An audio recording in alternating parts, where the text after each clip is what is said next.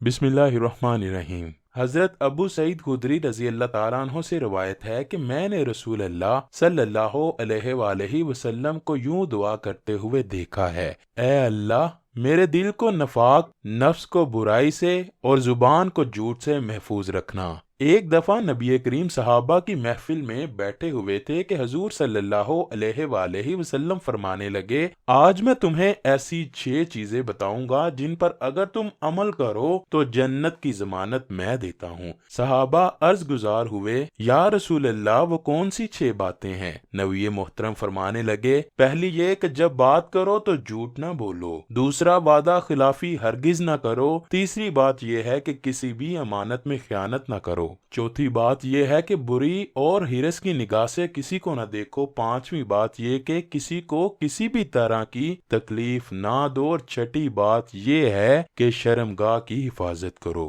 ناظرین گرامی، جھوٹ کو ام الخبائث کہا جاتا ہے، یعنی جھوٹ بہت سی برائیوں کی جڑ ہے۔ جھوٹ فجور کا راستہ ہے اور فجور جہنم میں لے جاتا ہے، جبکہ سچائی نیکی کا راستہ ہے اور نیکی کی منزل جنت ہے۔ اس کے باوجود کون سی ایسی 3 صورتیں ہیں کہ جن میں جھوٹ بولنا گناہ نہ ہے بلکہ ثواب ہے؟ آئیے اس سے پہلے آپ کو 1-2 واقعات نبی کریم صلی اللہ علیہ وآلہ وسلم کے سناتے ہیں، جن میں نبی کریم نے دل خوش کرنے اور توریہ الفاظ، یعنی ایسے الفاظ جن کے 2 معنی ہوں، وہ استعمال کرنے کی اجازت دی ہے۔ جیسا کہ سرور کائنات محمد صلی اللہ علیہ وآلہ وسلم کی خدمت میں ایک بوڑھی عورت آئی اور عرض گزار ہوئی: اے اللہ کے رسول، میرے حق میں دعائے خیر فرمائیے کہ مجھے اللہ پاک جنت الفردوس میں جگہ عنایت فرمائے۔ نبی کریم نے فرمایا: نہیں، ایسا نہیں ہو سکتا، کوئی بوڑھی عورت جنت میں نہ جائے گی، اور آپ بھی بوڑھی ہو چکی ہیں۔ وہ بوڑھی پریشان ہوئی تو حضور اکرم صلی اللہ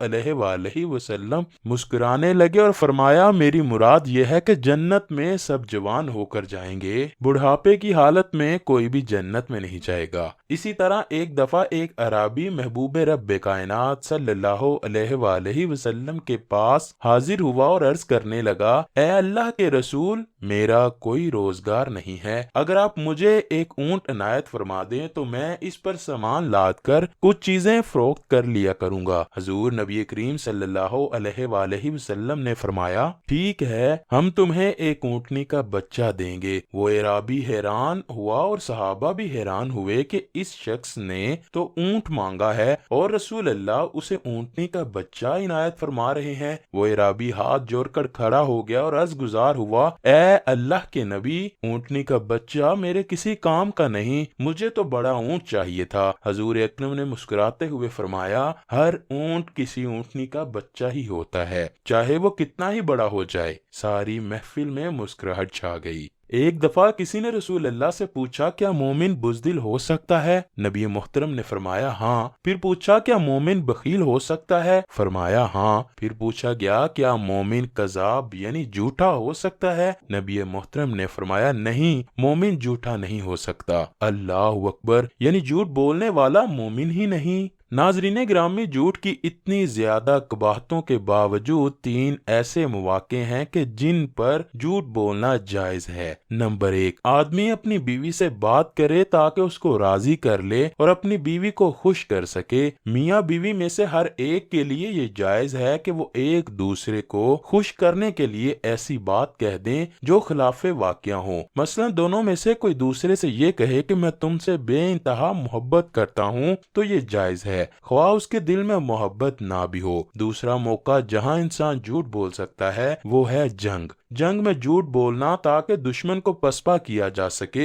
اور اسلامی لشکر کو کسی بڑے نقصان سے بچایا جا سکے۔ جنگ کے دوران اپنے مقابل کو دھوکہ دینا یا جھوٹ بولنا جائز ہے۔ اسی طرح جب ظالم ظلم کرتا ہے اور اس ظلم سے بچنے کے لیے بھی جھوٹ بولنا جائز ہے۔ تیسرا موقع کہ جہاں مسلمان کو جھوٹ بولنے کی اجازت ہے وہ ہے صلح۔ لوگوں کے درمیان صلح کرانے کے لیے جھوٹ بولنا جائز ہی نہیں بلکہ ضروری ہے تاکہ 2 مسلمان بھائیوں کے دل دل میں نفرت کو محبت میں بدلا جا سکے۔ دو لوگوں کے درمیان صلح کرانے کے لیے جھوٹ بولنا کہ ایک کے سامنے یہ کہہ دے کہ وہ تمہیں اچھا جانتا ہے، تمہاری تعریف کرتا تھا، یہ اس نے تمہیں سلام کہا بھیجا ہے، اور دوسرے کے پاس بھی اس قسم کی باتیں کرے تاکہ دونوں میں عداوت ختم ہو جائے اور صلح ہو جائے۔ علامہ البانی رحمت اللہ علیہ نے صحیح ترمذی میں اسے صحیح قرار دیا ہے۔ حضرت عبداللہ بن عامر رضی اللہ تعالیٰ عنہ سے روایت ہے کہ رسول اللہ صلی اللہ علیہ وآلہ وسلم ہمارے گھر میں تشریف فرما تھے کہ میری والدہ نے مجھے بلا کر کہا کہ میرے پاس آؤ، تمہیں کچھ دوں گی۔ آپ صلی اللہ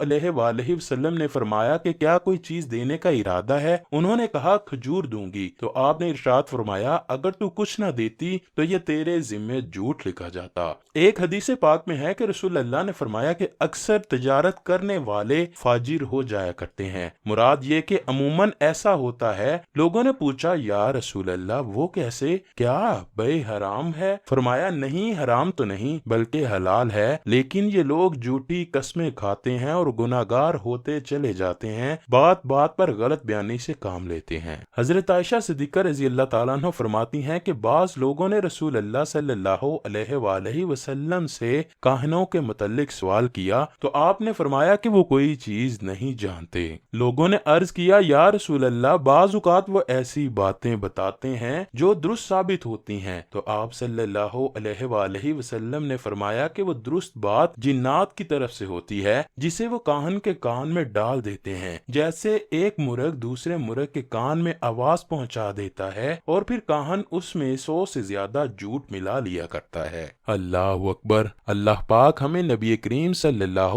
علیہ وآلہ وسلم سے بے پناہ محبت عطا فرمائے، ہم ہر قسم کے جھوٹ کو اپنی زندگی سے نکال پھینکیں اور اللہ پاک ہمیں ہمیشہ سچ اور حق بولنے کی توفیق عطا فرمائے۔